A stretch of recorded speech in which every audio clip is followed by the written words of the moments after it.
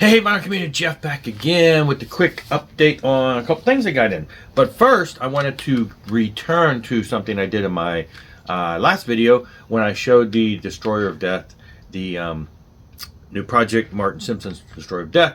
After I got this in, I had got the t-shirt in. If you can see that, I don't know if you can see it. Oh, yeah. Anyway, part of the campaign for funding the album included a t-shirt.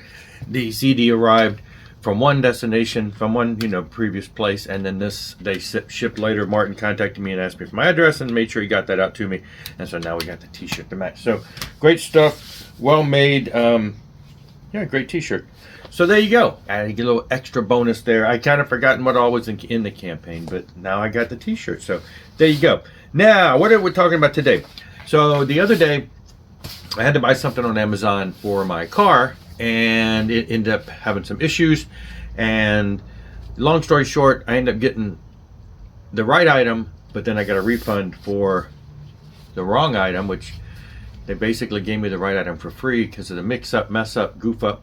And so I ended up with the credit that I'm like, well, I mean, obviously it's a store credit now. Now I'm in an Amazon credit. They didn't like put it back to my credit card, which would have been obviously the preferred method to keep me from spending it again. But no, they didn't do that. They just gave me a credit. So obviously I had to spend it on something good like a record. So anyway, it was enough to buy a one of these had dropped in price good enough to cover that, and had a little extra. So I went ahead and spent a little extra to get the rest of this. So I finally picked up the last two of the Off the Soundboard series by Kiss, the last two that I needed, which I believe these are the most recent ones I got here, the most recent ones here. So obviously most everybody's probably seen all these by now. I think one of these actually came, well, one of them came out this year. The other one, maybe they were both this year. Maybe the other one was at the end of last year.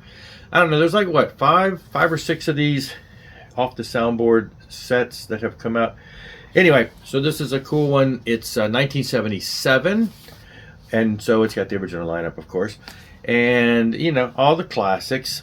I did notice. I mean, it's even for Off the Soundboard, it's a rough recording. I don't know. I would say maybe hardcore fans mostly. I just got the black on these, by the way. There's not a whole lot to show here. These are just, I don't know whose idea it was to make this no frills packaging, cardboard.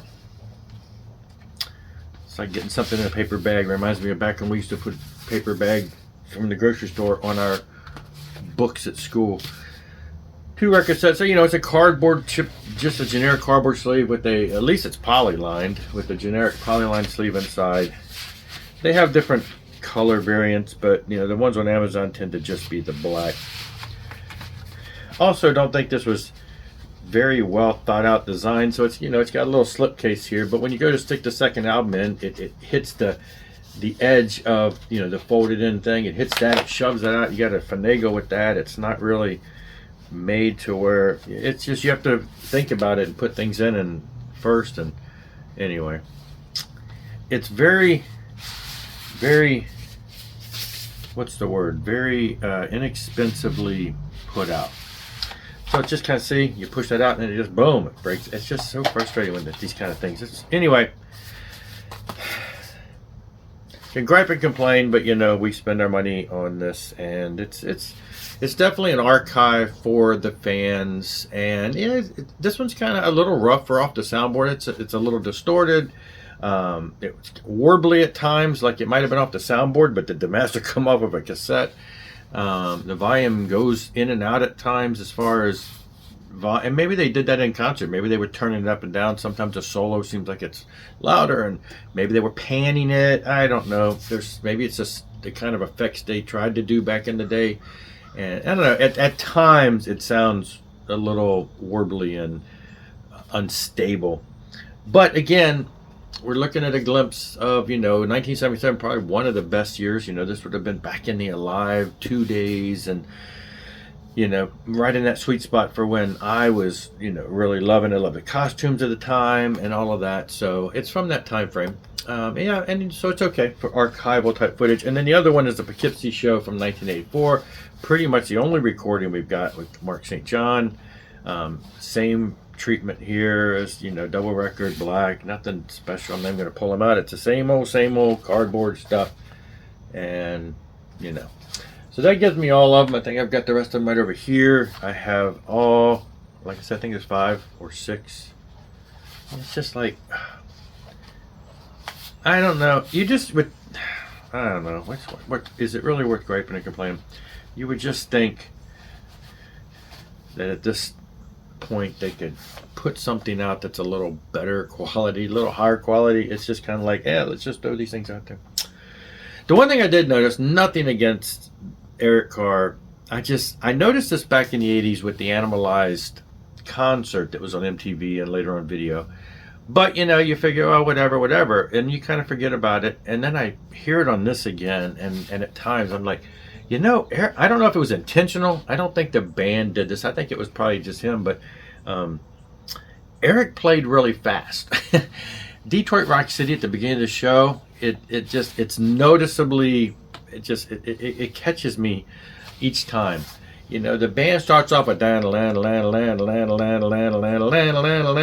he's like, and he just, it's really fast.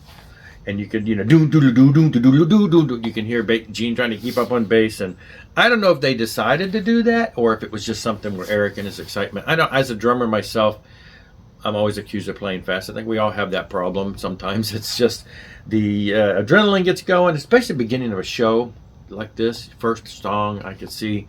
I'm not saying I notice he plays like that all the time, but I just notice it drastically on that. And here it is again, just like, well, you know, this is still the same tour, but the Animalized video showed it, and it just popped up again here. And I'm like, yeah, just, he's rushing that song. Again, a little rough, but, you know, it is pretty much all you have and all that we could, you know, necessarily get from some Mark St. John footage. So I guess from that standpoint, it is nice to have. And yeah, so yeah, it would have been again, you know, it would have been great if they'd have upgraded the packaging on these things. But hey, it is what it is. We know what it is, and that's what it is. So anyway, finally got those, and I think I've caught up, and I haven't heard of any more coming out real recently. So I don't know. At least maybe I'll try to catch up and not get behind on them. But that's it for this one. Just wanted to share. Thanks for watching. Rock on and rock hard.